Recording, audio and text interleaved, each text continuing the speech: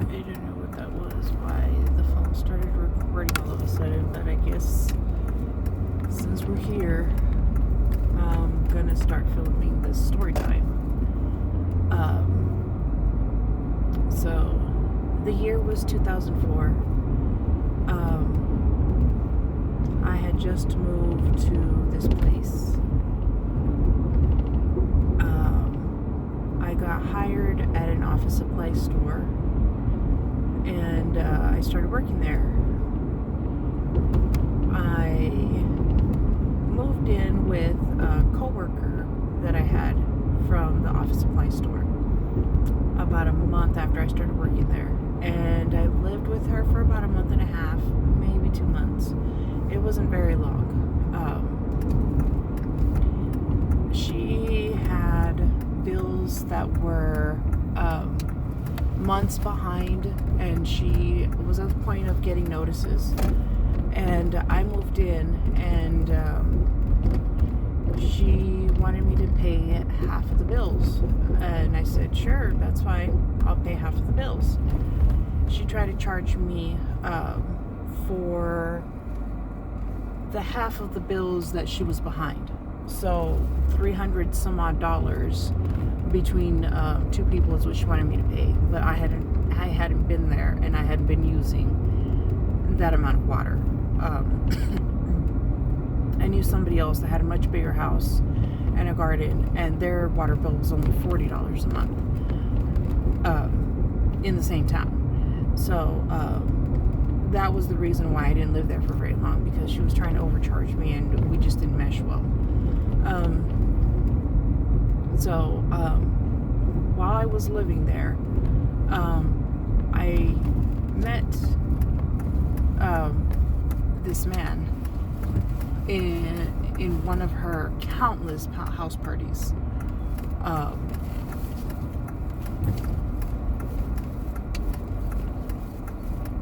She every night that she didn't have to do a shift at the store, she was having a house party. Could have been a Tuesday. She was having a house party. So that I moved in not knowing that it was a party house, and I had a 1-year-old at the time. So that was another contributing factor as to why I didn't live there for very long. But let me think. Aside from that, I met the man there, and I danced with him the first night that I met him. And that was it. I just danced with him, and that was it. And then he kept going over there, looking for me. And the girl that I was living with told me, you shouldn't mess with him. He's got a family. And I said, oh shit, okay. And then he kept going over there, and I wrote him a letter, because I don't know why I wrote him a letter. I couldn't verbally express myself to people. So I wrote him a letter. I'm going to push pause on this and finish recording somewhere else. Alrighty, so I'm back. Okay, so I met him a bunch of times at this house party, and this was throughout the time that I was living there. This was throughout the time that I was living there with this person. So he kept going over there. She told me he had a family.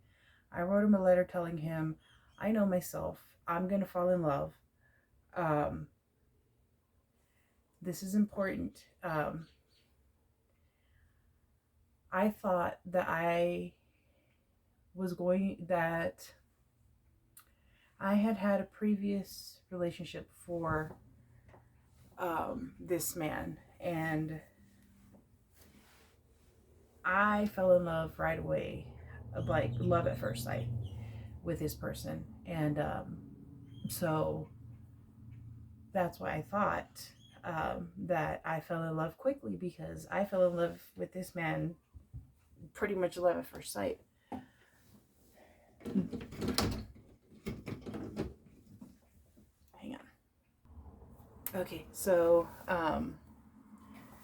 here I thought, oh, if I tell him that I fall in love really quick, that'll scare him off. It didn't. Boy, it did not. I've been told that I shouldn't talk about the past because it's like living in the past. Um, but I don't agree with that. I think that talking about the past can help other people avoid repeating the same mistakes that you made. Giving somebody advice from experience, if you will. Um, so I think that's the only, really, that's my only motivation in talking about this and telling my story, because I was naive. I was unexperienced in the world. I was 19 years old and I fell head over heels in love with a man with a man.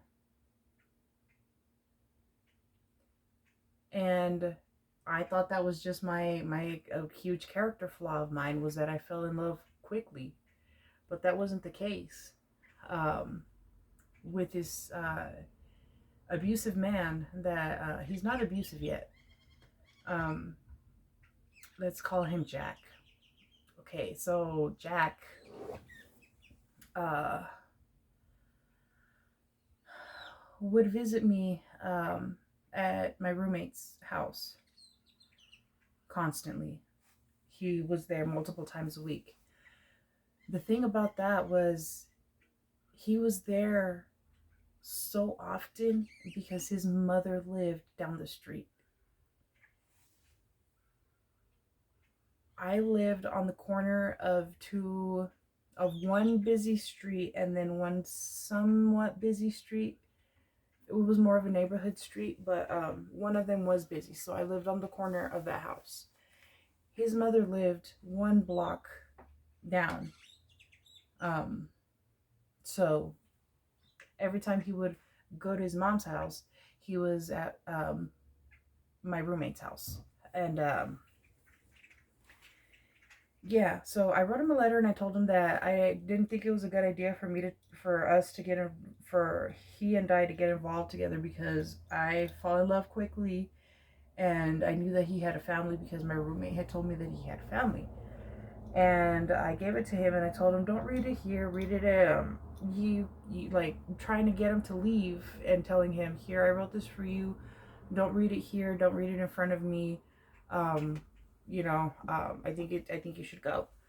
And he didn't listen. He started reading it right there in front of me, and he said, I don't even remember what he said, but then he said, he ended up leaving, and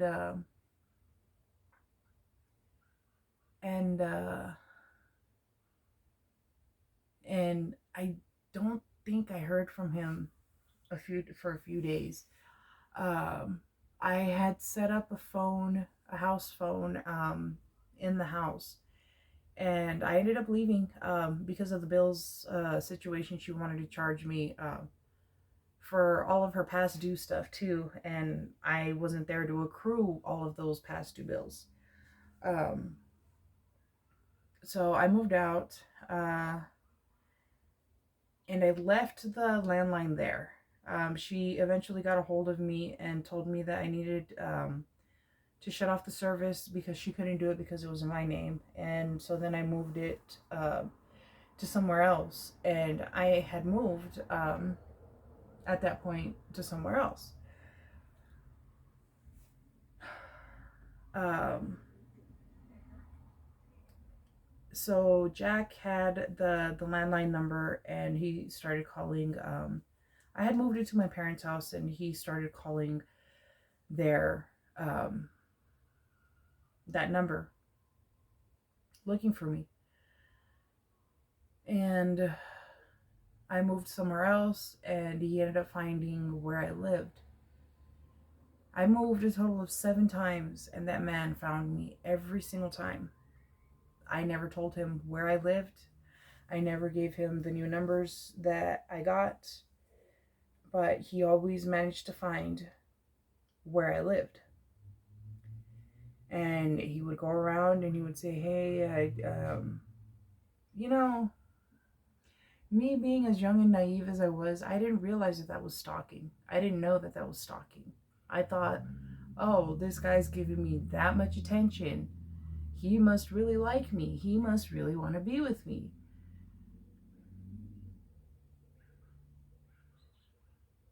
That's not love. That's not somebody liking you. That's somebody stalking.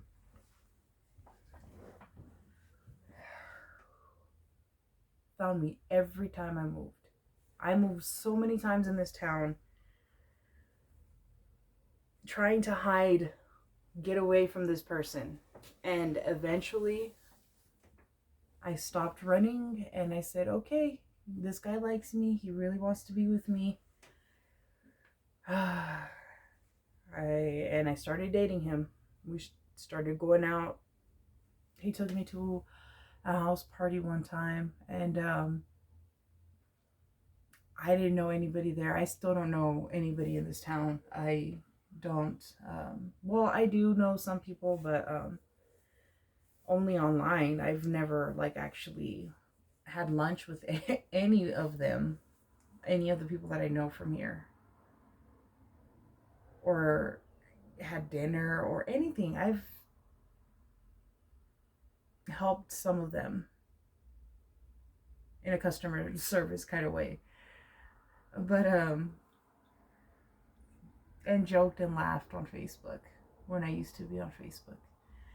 But anyways, so I kept moving. I kept trying to hide, and I eventually gave up and gave in and said, okay, well, I guess we're dating now. And I got pregnant at one point. I didn't know I was pregnant. I was on birth control and taking antibiotics at the same time. And I didn't know that at that point. I didn't know that you're not supposed to mix antibiotics with birth control. And I got pregnant. And the pregnancy test that said that I was pregnant. And I think it was in the second month, I started bleeding a lot. And I had,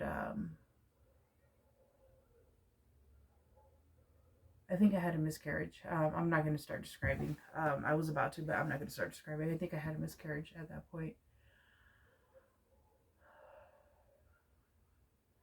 And then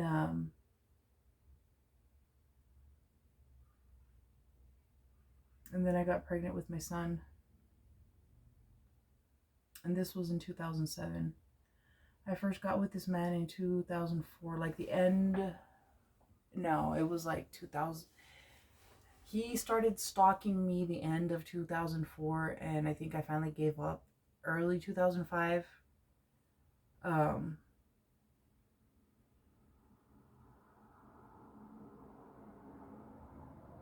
no, it was further into 2005 when I finally gave up.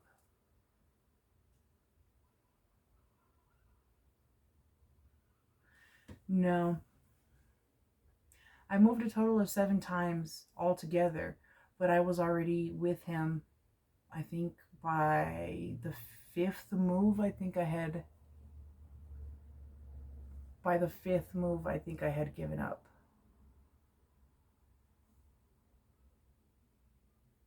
And I kept trying to break up with him and trying to leave him and trying to move away and trying to break things off with him, and because I was a third party. He was cheating on his significant other with me, and I didn't want to be part of that. And every time I tried to move and every time I tried to cut things off with him, I couldn't say no. I did say no, but he didn't take no for an answer. And then I had what I think is a miscarriage, and then I got pregnant with my son, and he was born in 2006.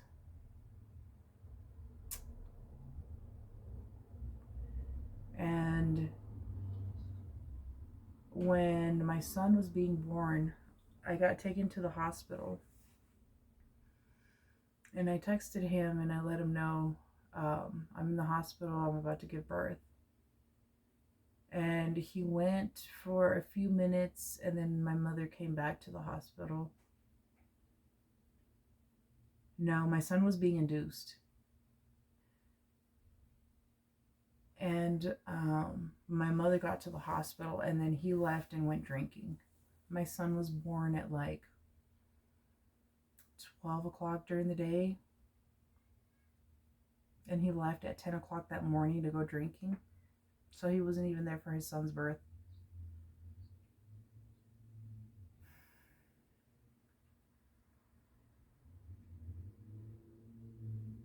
I still wasn't living with him. I was living in, I had a job as a supervisor in a printing department,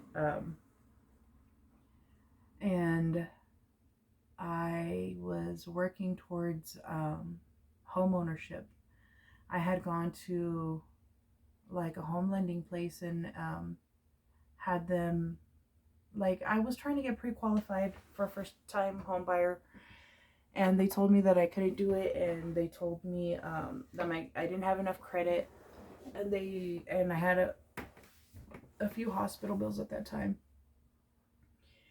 And they told me, well, you just need to get these hospital bills taken care of. You need to open up some credit cards and start building up your credit before we can approve you for, before we can think about approving you for a loan. And I said, okay. So then I started working on that by myself, and I had a 5-year goal. I was 25 at this point. I wanted to be a homeowner by the age of 30. That got derailed. But so there was so much, I'm like leaving so many details out. There was so much gaslighting and so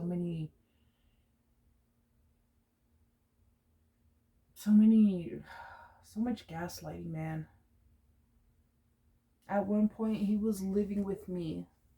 At multiple points he lived with me in my houses that I was renting. He accused me of cheating on him. I lived in a duplex, and on the other side was this elderly couple, and they had their son visit them. And I never parked in the front of the duplex. I always went and parked in the back. And one time, their son parked in front of my door, and I didn't even know because I didn't ever use the front door for anything. It sounds weird, but I didn't use the front door. I only used the back door, so I never even looked. And then he happened to drive by when their son was visiting them, and he had parked in front of my house, and he pulled up to the back door, and he's knocking like crazy, and he demands to go inside, and I'm like, what's wrong? What are you doing? And he said, who the hell are you hiding in here? And I'm like, nobody. And he said, who the hell's parked in front of your door? And I said, I don't know. And I look out the window and I said, I don't know whose truck that is. There's nobody in here. And he went upstairs and checked everywhere. Accused me of cheating.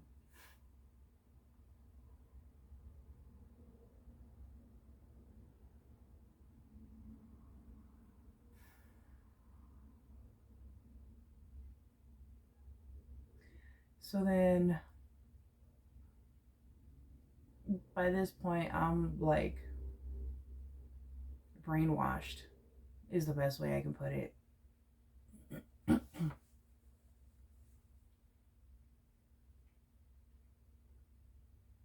I'm so like desperate for him to come and want to spend time with his son. I wanted to get him over there for whatever reason. codependent. I was so codependent. And then so then it's 2008 and 2007, end of 2007, and I get pregnant again. And it's 2008. It's around March. And this is when I moved in with him. I told him, I went and had the ultrasound done. I went by myself. He never did any of the baby stuff with me.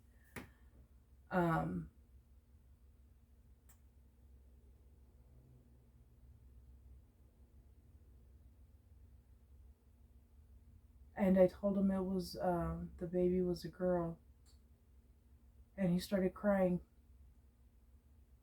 He was utterly disappointed and hurt that it was a girl. He was drunk. I think he was, yeah, I told him. He started drinking, he left.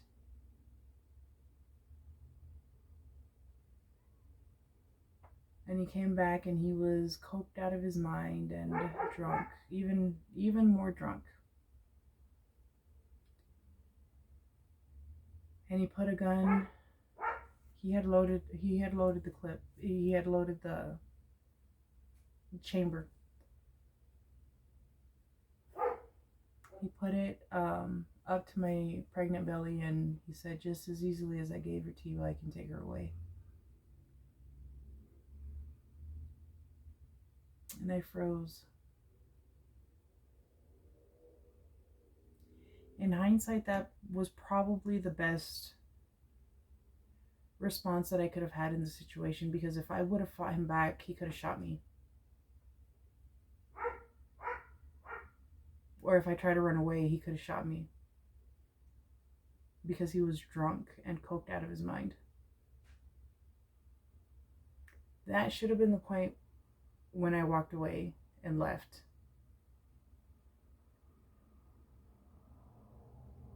But I didn't. He hadn't hit me at this point. I was gaslit and codependent to the extreme.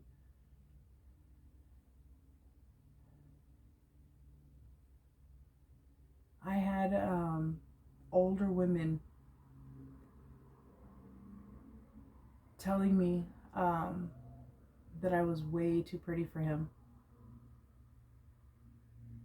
I had older women, his own family, his own mother told me that love is blind. He's my son, but love is blind. Es mi hijo, pero el amor sí es ciego.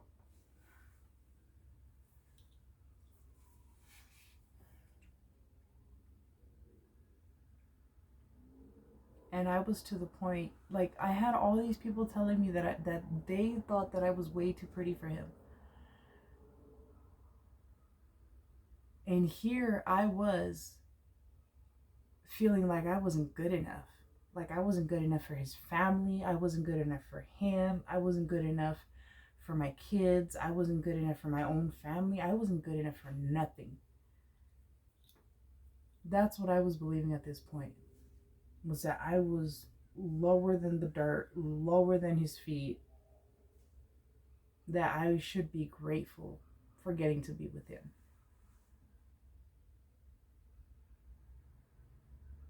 Constantly doubting myself, constantly trying to fit in, like always. Trying to fit in places and with people that I had absolutely nothing in common with. He tried to make me be friends with his friends' women and his cousins' women. And like, I didn't have anything in common with these women. I mean, they were nice enough and everything, but I just didn't share any commonalities with them.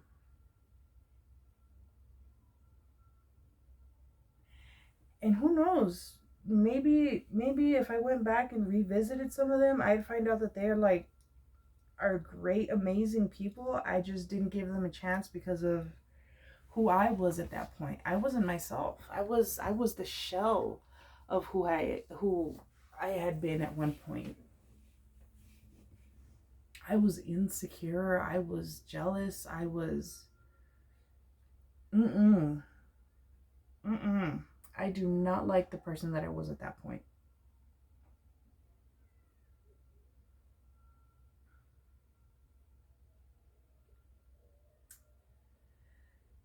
So it was 2008. He had put the gun to my stomach. Um, these next parts are like really choppy. Um, I have memory loss from a lot of these years, and I don't remember specific dates very well. I just remember certain instances. Um, like one, for example, my baby, the smallest one, was 2 years old at this time, and my son was 4. And they were sitting on the floor in the master bedroom, sitting like the bed the bed ended, and then there was like a little walkway, and then there was a dresser on the other side with a small TV on top of it, and the kids were sitting between the bed and they were sitting like in the little walkway, in the little space that we had for to walk between the bed and the TV. They were sitting there looking up, watching the TV, and I don't even know what started the argument, but he ended up bulldogging me into the master bedroom, and my son was on the floor and the baby was on the edge of the bed. I somehow got around them, and then like literally in the corner of the room, it was like the bed, and then right here was like a little space of wall, and then the wall, and then a window. And I was like right here in this corner. There was no way for me to escape. He had bulldogged me into that corner. And I don't know what I said. I don't know what he said. Point is, next thing I know, he pushes me as hard as he can. I go flying backwards, and my head went through the sheetrock, and I passed out. Uh, the next thing I know, he's like trying to yank me up, and I'm like wobbly and limp and stuff, and he's like yanking me up off the floor, and he's telling me like shaking me like, wake up, freaking out. He was scared out of his mind. He was freaking out. And I'm just like getting wobbled around, and I'm like, my eyes are opening, and everything looks black and white. Everything looks like it's in grayscale. And like all of a sudden I like yank my head to the right, and I see like a purple balloon, and I say something about like what's that purple balloon? And then I'm talking, and he's like shaking me like, what are you talking about? Are you okay? Are you okay? And I'm like, and I like sit on the edge of the bed, and I'm like looking down at the kids, confused as hell because I didn't know who they were. I didn't know where I was. I just saw like a purple balloon, and he's shaking me, and I'm sitting on the edge of the bed now, and he's still shaking me, and the kids are looking up at me, and I said something about a purple balloon, and like everything like starts coming back into color, and I'm like, what the hell? What happened? Why my head hurts? Why does my head hurt? And then I look back, and there's this huge hole in the wall where my head went through it, towards the bottom. He pushed me that hard to send me flying backwards, and then my head went through the freaking sheetrock.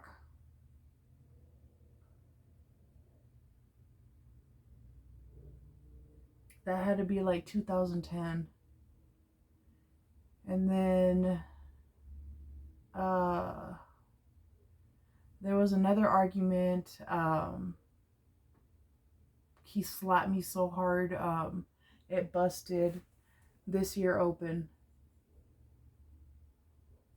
And then there was the New Year's that he slapped me so hard that he rebusted the same ear, or was it the other ear?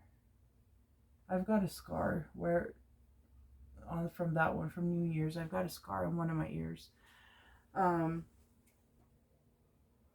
In front of his mother, he slapped me in front of his mother, and then his mother ushered him away and told him to go home and sleep it off or whatever.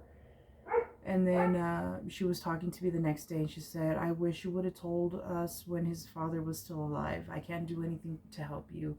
I'm just a woman. I can't do anything to help you." And yeah, that was like disappointing to say the least.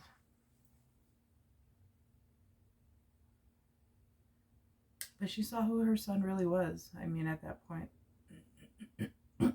his brother saw, his sister-in-law, his sisters. Everybody saw. It was New Year's at his mother's house. Everybody saw him slap me. Oh, before that, it was his 30th birthday his 30th birthday, and I used to,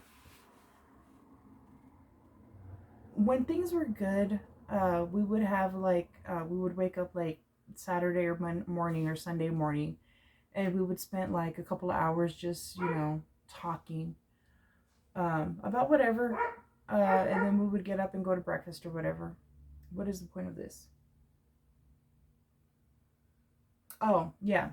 So in one of these conversations, he admitted to me that he had never had a birthday party and that he had always wanted one when he was little. And I said, "Oh, you know what? I've never had a birthday party either. I've always wanted one." And his 30th birthday was coming up, and I spent, I don't even know how long. He was bringing home $200 a week at this point, because he quit a very well-paying job so that he could screw his ex out of child support. So he went from, this was 2008, 2009. It was 2009. He was bringing home around $200 a week. He went from like a $16 an hour job. He had a $16 an hour job, and he went to an $8 an hour job, so that he could screw his ex out of child support, and he did.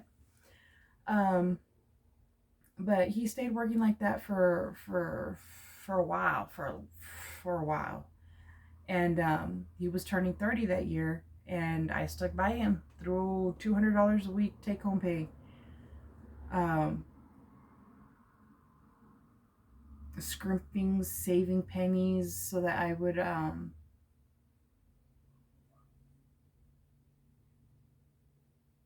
getting up at 3 a.m. to make him breakfast and lunch for the day every morning.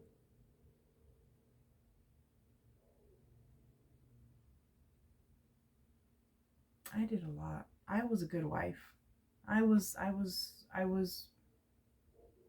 good wife.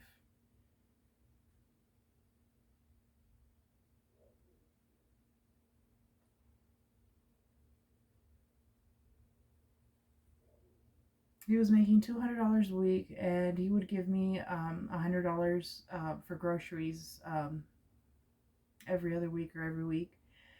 And I would always try to, I was always budgeting and, making $100 worth of groceries last all week, and then still making him lunch and breakfast every day and feeding the kids and everything. I mean, I was a budgeting queen. But if I spent like $98.45, I would save $1.55 out of that week. Or I would save the 55 cents. Pennies. I was saving pennies for I don't even know how many months. And it was his 30th birthday, and I told his friends and his cousins and his sisters that I wanted to throw him a surprise birthday party, and to bring your own beer.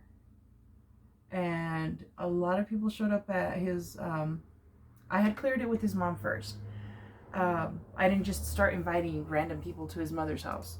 I talked to his mom and told her what my intentions were, and she said, "Oh yeah, just invite everybody here, and we'll have a birthday party for him here. I'll make him some food, and then and I said, okay, and I'll make him a tres leches cake because he likes tres leches cake. And I did. I made him a tres leches cake, and a bunch of his friends went over. Everybody took their own beer, and he and I got there, and he says, "What the fuck? What is all this? Why are all these people here?" And I said, "Happy birthday." He flipped out on me in front of all of his people. He didn't hit me this time. He didn't hit me that time, but he started yelling at me, and his cousins were like, "Dude, what is your problem? I wish my woman would do this for me. Not everybody's woman puts this kind of effort for them. You should be grateful. Why are you yelling at her?" Like, everybody was telling him shit, and he eventually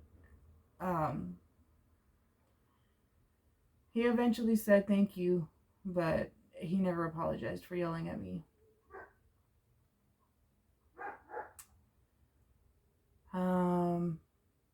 There was another instance. I'm not remembering all of them. There was another instance. I don't even remember what the argument was about. Oh, yes, I do. I had left a bottle of cleaner on top of the toilet lid when he got home. And he went in the bathroom and he says, "Man, I can't even take a piss. I can't even take a shit. When I get home, I gotta be moving cleaners off of the fucking toilet lid." And I went over there to get the cleaner off of the toilet lid. And he ended up locking me in the bathroom. He wouldn't let me out of the bathroom. And then I'm like yanking on the door, and then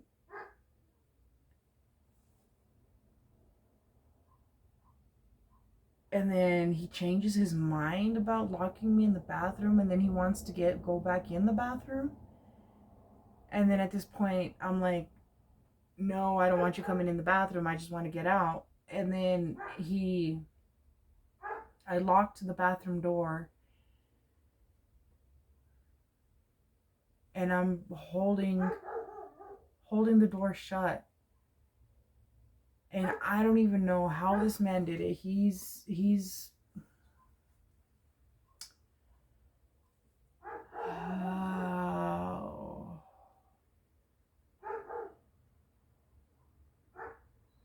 overweight, and he's been overweight for a long time. So I don't even know how he managed to maneuver himself to kick the door down with me behind it, but he did. I went flying backwards into the bathtub. I pulled down the shower curtain with me. The door went flying with me, and my legs were completely I still have like marks on my legs from those bruises because they never completely healed. And then That time, I took the shower rod and I threw it at him like a spear, and it got stuck in the wall behind him.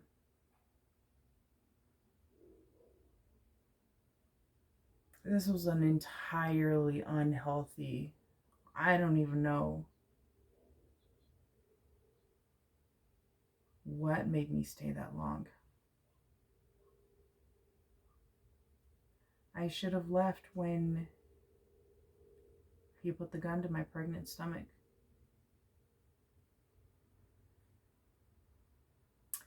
I should have left when he slapped me in front of his mother. I should have left the time he blacked my eye and wouldn't go to the grocery store for me with a black eye because I had a black eye. So then I went to the grocery store with freaking sunglasses on my face and a black eye.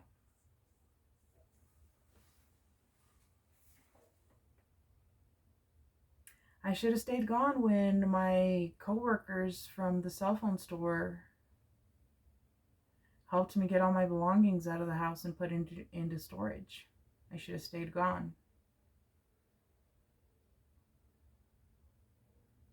After I left, I was staying at my mother's house, and it was Mother's Day weekend, and he invited me to go out of town with him.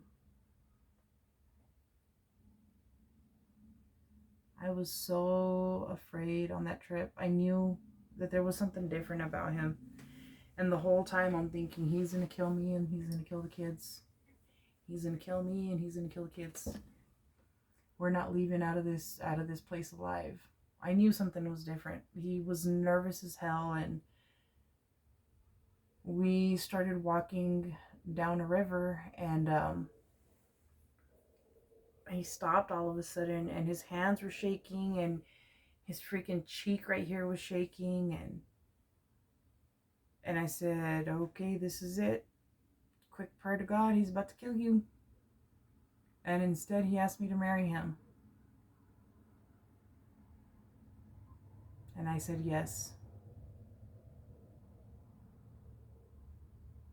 I thought this man was going to carry me. I thought this man was going to kill me, and he proposed. And I said yes. Oh, thank God he didn't kill me. So because he didn't kill you, let's accept his proposal. I realize how idiotic and stupid that sounds now, but I was young and stupid and codependent. I had been...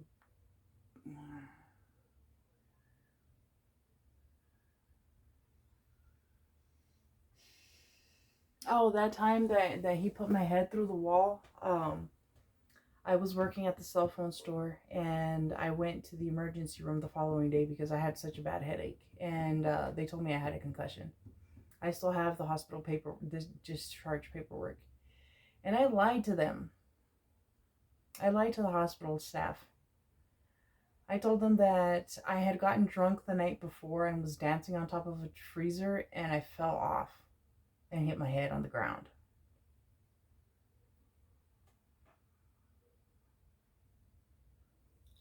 Are you sure? They asked me 3 or 4 times. Every nurse that went in there and asked me again for the story. Are you sure? I'm just clumsy.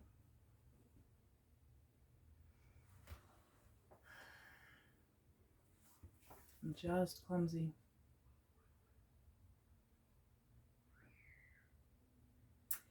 And then there was another instance when I was trying to leave, and I called my mother to go for me because at this point he was disconnecting the battery cables and hiding the keys so I wouldn't leave. And on this night, he had disconnected the battery to a vehicle that I had. Oh, this vehicle. It was a Yukon.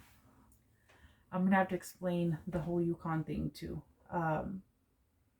He had disconnected the battery, and at that point I wasn't mechanically inclined.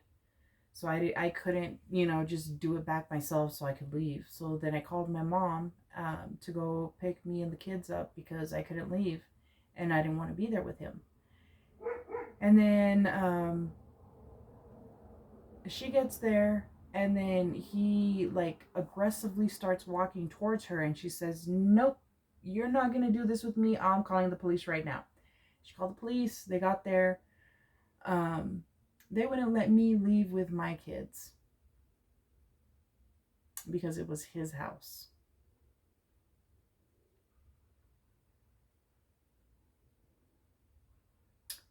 He had to give his approval to let me leave with my kids. I have 3 kids. 2 of them are his. 1 of them is not. The police would not let me take my oldest daughter, which is not his blood, which is not his child. They would not let me remove even her from the home.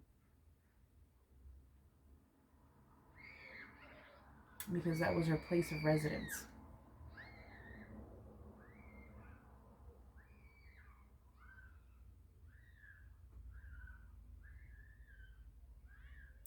There was another instance where I was assaulted and I went to make a police report and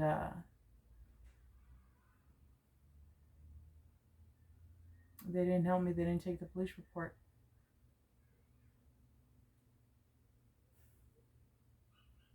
And my mother went with me that time and I had a bruise on my back. And they wouldn't take the police report. They told me to leave him alone.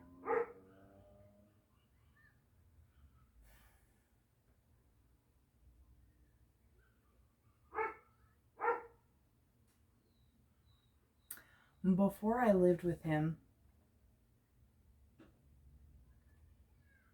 he would obsessively drive by my house. He was driving in the alleys. He was driving up and down the street at like 3 in the morning, 4 in the morning, 5 in the morning, 6 in the morning. Whatever time his work shift started, he was driving by there an hour before. Or whatever time his work shift ended, he was driving there about an hour after. Or if he was out drinking with his people, he was driving by. I was beyond paranoid at this point. My son was not even a year old. And he was just constantly driving by, driving by, driving by, driving by. And I would tell him, I didn't know it was him at the time. But I would tell him, there's somebody that keeps driving by in the alley late at night. And they slow down when they get to my yard. I don't know who it is. There's nobody that should be driving by my alley and slowing down in front of my fence. Or behind my fence. And he would say like, "Oh, that's weird. What do you want me to do? Do you want me to start like driving by at night when I can to see if I can catch anybody?" And I would I think I told him yes. I did tell him yes. And then I would tell him, "But text me when you're gonna drive by so that I know it's you." It was the same truck, same engine, every time. That's how I knew it was him. That's how I eventually figured out that it was him. And I even started asking him, "Is it you? Are you driving by my alley at night? Has it been you this whole time?" And he would say like, "No, what the fuck? What makes you think that I'm gonna be driving by? Like I'm obsessed with you or something?"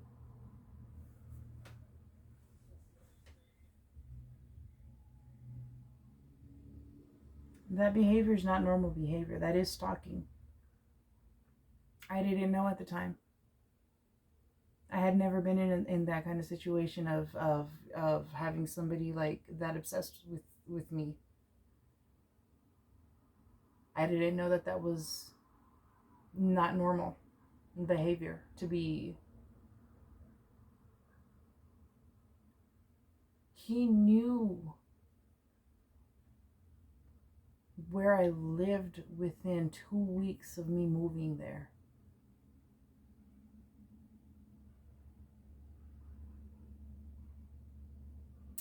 And then when I moved to Colorado, he was threatening me. Still, even. He would say, you can't hide from me. I have reach all the way from California to Nevada to Colorado to Texas. I got reach everywhere. I got eyes everywhere. I got people everywhere.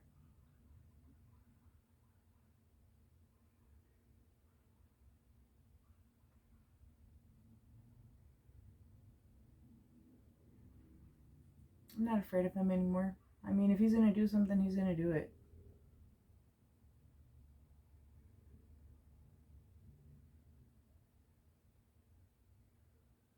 He'll have to answer to creator, to source, to the universe.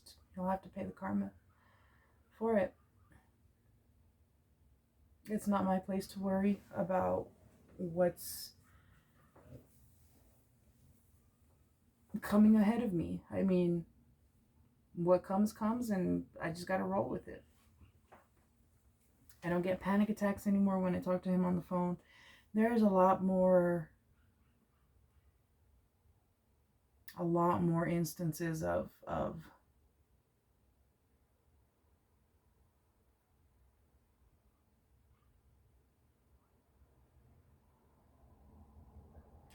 I don't know that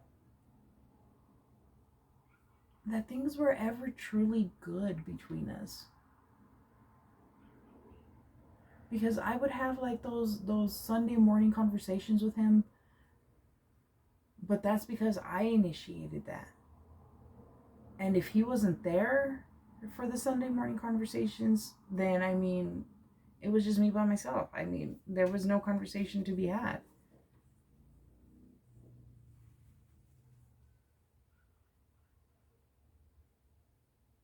He eventually told me that he really cherished those Sunday morning conversations.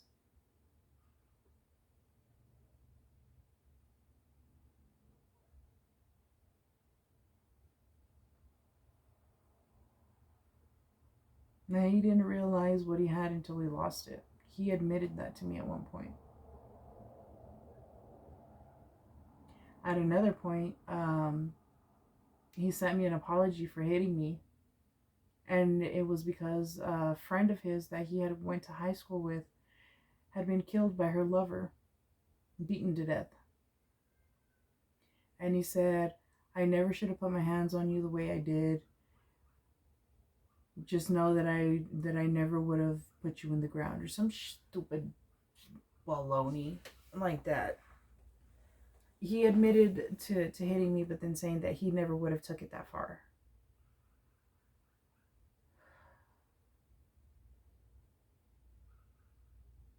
He punched me in the face and he gave me a black eye. He put my head through a wall.